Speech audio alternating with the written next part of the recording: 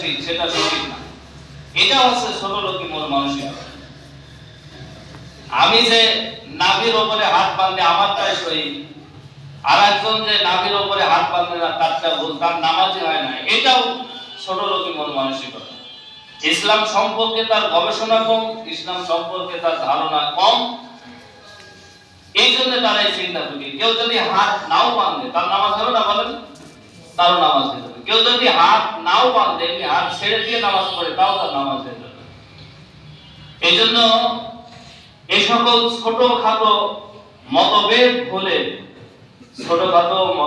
ভুলে আল্লাহর দ্বীনকে বিজয় করতে হলে এবং ইসলামের পথে যদি চলতে হয় সকলে ঐক্যবদ্ধভাবে, তাহলে পরে সব ছোটখাটো যে সকল মতপার্থক্য আছে এগুলো ভুলে থাকতে হবে এবং আল্লাহর রূপকে আঁকড়ে ধরে সামনের দিকে এগিয়ে যেতে হবে।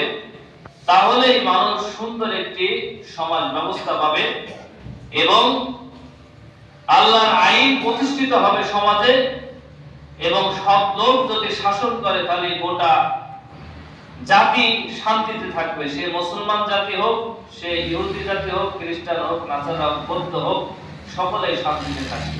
আমি যেটা বলছি এটাই সঠিক, যদি এমন চিন্তা ভাবনা নিয়ে আমি চলি, তাহলে পারে আমার সঠিক যে গন্তব্য স্থান সেটাই আমি কখনো পৌঁছাতে পারবো না।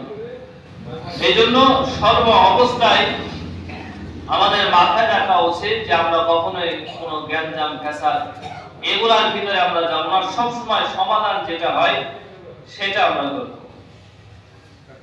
যে সবসময় যেটা সমাধান সেটা আমরা করব।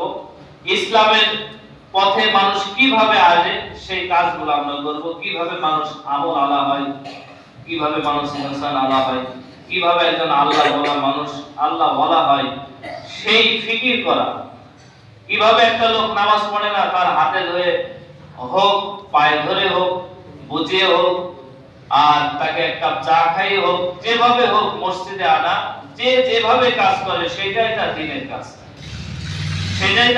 কাজ। আল্লাহ পাক আমাদের সকলকেই এইভাবে ইসলামের কাজ করার তৌফিক আল্লাহ পাক দান করুক, সকলে বলে আমিন।